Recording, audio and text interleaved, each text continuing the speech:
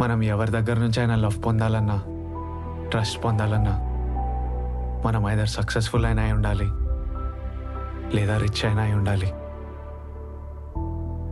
ఈ రెండు ఉంటేనే మన లవ్, మన ఆనెస్టీ రికగ్నైజ్ అవుతాయి.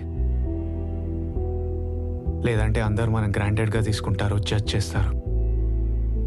కానీ మీరు ఇవేవి పట్టించుకోకుండా మిడిల్ క్లాస్ వాడినైనా నన్ను, నా టాలెంట్ని నమ్మి నాకు ఇంత చేశారు.